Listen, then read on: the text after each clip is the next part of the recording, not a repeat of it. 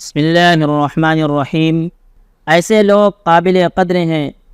بیٹا، بہت سے اہل خیر ایسے ہوں گے جن سے تمہیں بے پناہ عقیدت و محبت ہوگی۔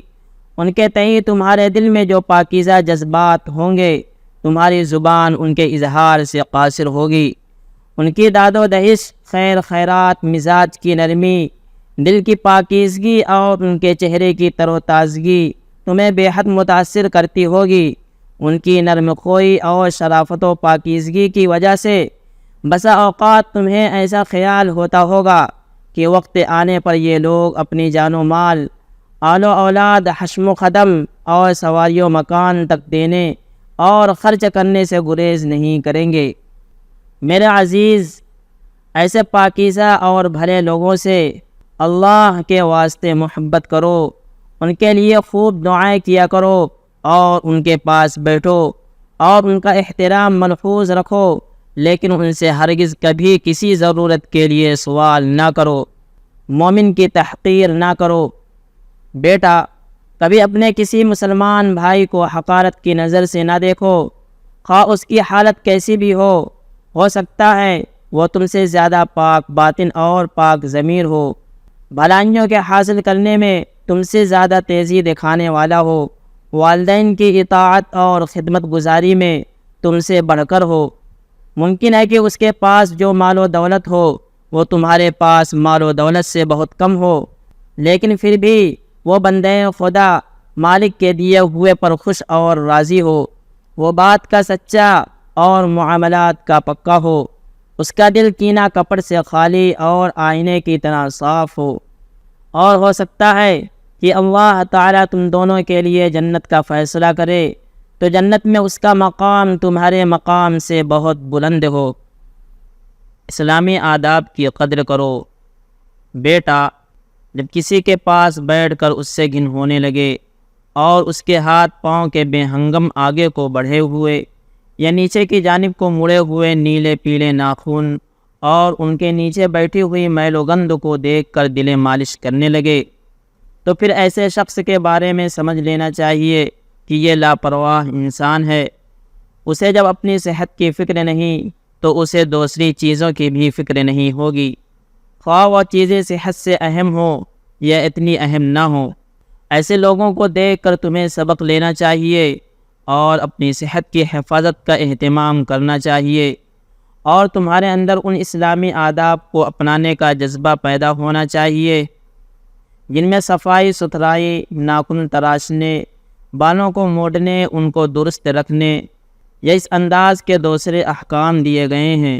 پیارے رسول اللہ صلی اللہ علیہ وسلم کے سکھائے ہوئے آداب اور آپ کے بتائے ہوئے طریقوں سے اپنی زندگی کو سنوارو۔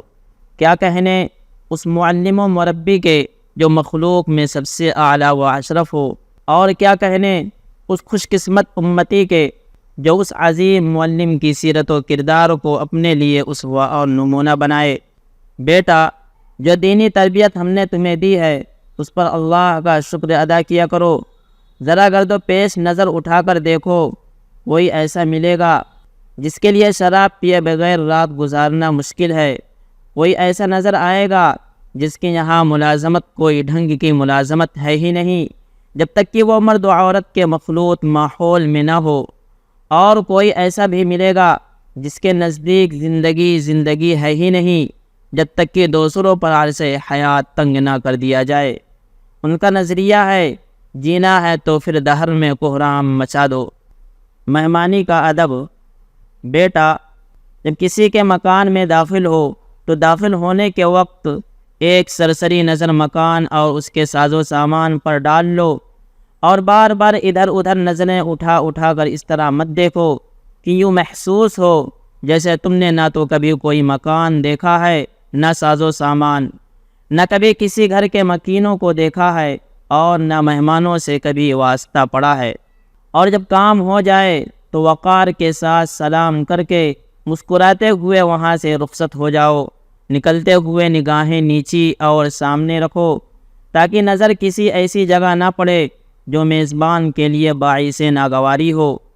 میزبان نے تمہارا اعزاز و اکرام کیا ہے، خاطر مدارات کی ہے، لہذا مکان کے احاطے سے باہر آنے کے بعد میزبان یا اس کے اہل خانہ کے کسی عیب یا ان کے گھر کی کسی ناقابل ذکر چیز کا ہرگز کسی سے کوئی تذکرہ نہ کرو، یہ بات کسی طرح بھی مناسب نہیں۔ بیٹا، جب لوگوں کے ساتھ کھانا کھانے کا اتفاق ہو تو نہ تو کھانا کھانے کے لیے جلدی مچاؤ اور نہ کھانا جلدی جلدی کھاؤ۔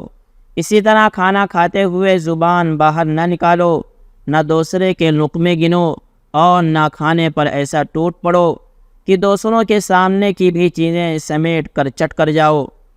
منہ میں لقمہ لے کر نہ بولو، خوب شکم سیر ہو کر نہ کھاؤ، بلکہ کچھ گنجائش باقی رکھو، ہو سکتا ہے کھانے کے بعد جوس یا پھل فروٹ بھی آئے۔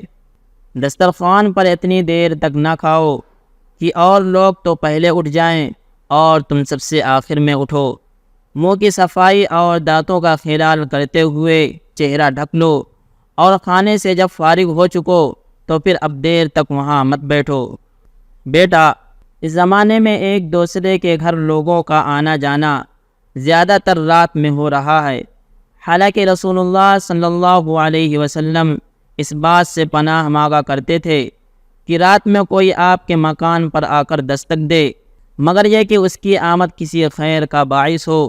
لہذا رات میں تم اگر کسی کے گھر جاؤ تو یہ جانا کسی خیر کا باعث ہونا چاہیے، مثلا وہاں جانے سے کوئی دینی یا علمی نفع ہو، یا پھر جانے کی کوئی واقعی ضرورت ہو۔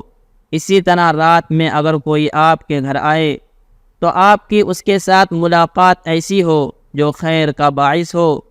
رات کے وقت بے مقصد کسی کے یہاں آنے جانے اور فضول وقت ضائع کرنے سے پرہیز کرنا چاہیے۔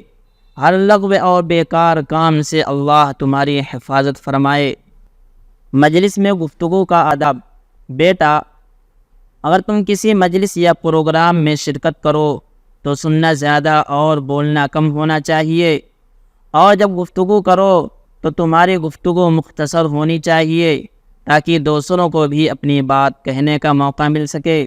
دوران مجلس پاس میں بیٹھے ہوئے شخص سے دبی اور آہستہ آواز سے زیادہ باتیں بھی نہ کرو۔ مجلس میں خلاف شرع کوئی کام ہونے لگے تو مناسب انداز میں اس کے روکنے کی کوشش کرو، اور اگر روکنا تمہارے بس میں نہ ہو تو مجلس سے اٹھ جاؤ۔ بیٹا، اگر تم معزز اور باحیثیت انسان بننا چاہتے ہو تو گفتگو کرتے ہوئے اوٹ پٹانگ بولنے اور بیہودہ گوئی کرنے سے پرہیز کرو۔ زندگی سے لطف اٹھاؤ، مگر بیٹا، اس زندگی میں جی بہلانے کے لیے بہت کچھ ہے۔ تم شوق سے سیر و تفریح کرو، کھیلو کودو، ہنسو مسکراؤ، آرام دہ بستر پر چین کی نیند لو، فراخی اور آسودگی حاصل کرو، پرفضا جگہ میں ہوا خوری کرو۔ یہ سب کچھ کرو، بس اتنا خیال رہے کہ ان سب چیزوں میں لگ کر اپنی دینی اور دنیاوی ذمہ داریوں کو نہ بھولو، اور نہ ہی اپنی ذات سے کسی کو کوئی تکلیف پہنچاؤ۔ بقول شاعر، تم شوق سے کالج میں پڑھو، پارک میں کھیلو، جائز ہے غباروں میں اڑو، چرخ پہ جھولو، پر ایک سخن بندے عاجز کی رہے یاد، اللہ کو اور اپنی حقیقت کو نہ بھولو۔ بری عادتوں سے پرہیز۔ بیٹا، بعض نوجوانوں کو بے توجہی میں کوئی بری عادت لگ جاتی ہے، اور رفتہ رفتہ وہ عادت ایسی پختہ ہو جاتی ہے کہ اس کا چھوڑنا مشکل ہوتا ہے۔ مثلا بعض لوگ کسی گالی یا کسی نامناسب جملے کے اس طرح عادی ہو جاتے ہیں کہ ہر تھوڑی تھوڑی دیر پر اسے دہراتے رہتے ہیں۔ کسی کا کوئی تکیہ کلام بن جاتا ہے، دوران گفتگو موقع بے موقع زبان پر آتا رہتا ہے۔ تکیہ کلام آدمی کی ایسی کمزوری ہے جس سے اس کی گفتگو کا حسن جاتا رہتا ہے۔ اسی طرح بعض لوگوں میں یہ کمزوری دیکھنے کو ملتی ہے کہ وہ کسی چیز کی وجہ سے فکر مند ہوتے ہیں تو اپنے بدن کے کسی حصے کو لاشعوری میں ہلاتے رہتے ہیں۔ ایسی کمزوریوں سے ہوشیار رہنا چاہیے تاکہ یہ کمزوریاں آگے چل کر مستقبل عادت کی شکل نہ اختیار کر لیں جن کا چھوڑنا دشوار ہو۔ بعض لوگوں کی کوئی چڑ ہوتی ہے، کوئی کسی بات سے چڑھتا ہے اور کوئی کسی خاص طرح کی حرکت سے۔ ایسے کسی شخص کے سامنے اس کی چڑ والا کام نہ کرو، داڑھی کے بالوں سے مت کھیلو، اسی طرح ہاتھ میں کوئی چیز لے کر یا منہ میں رکھ کر اس سے کھلواڑ نہ کرو۔ سبحان ربک رب العزت عما یصفون وسلام علی المرسلین والحمد للہ رب العالمین۔